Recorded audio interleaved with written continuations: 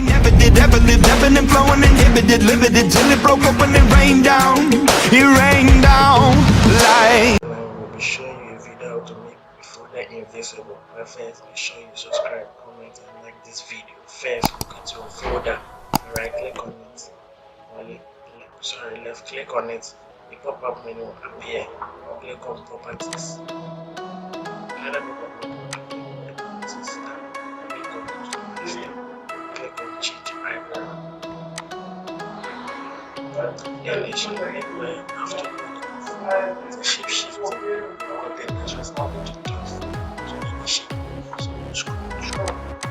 Design shapes. See here.